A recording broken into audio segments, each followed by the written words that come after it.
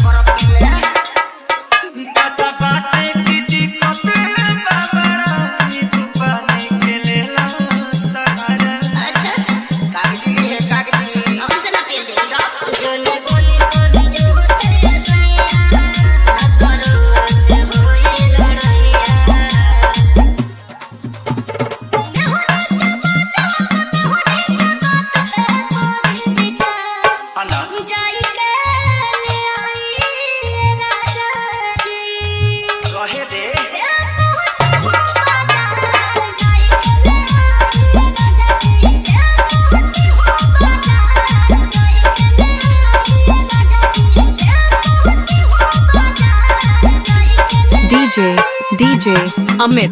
Music DJ Malai Music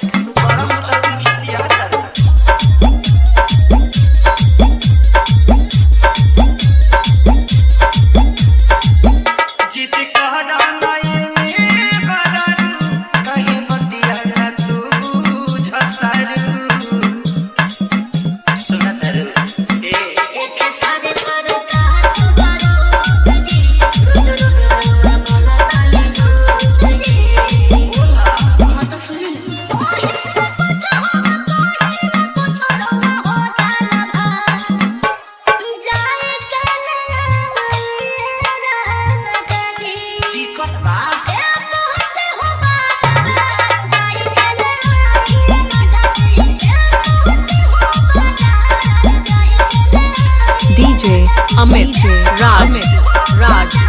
Malai Music चल मजा पी के मजा कर लिया।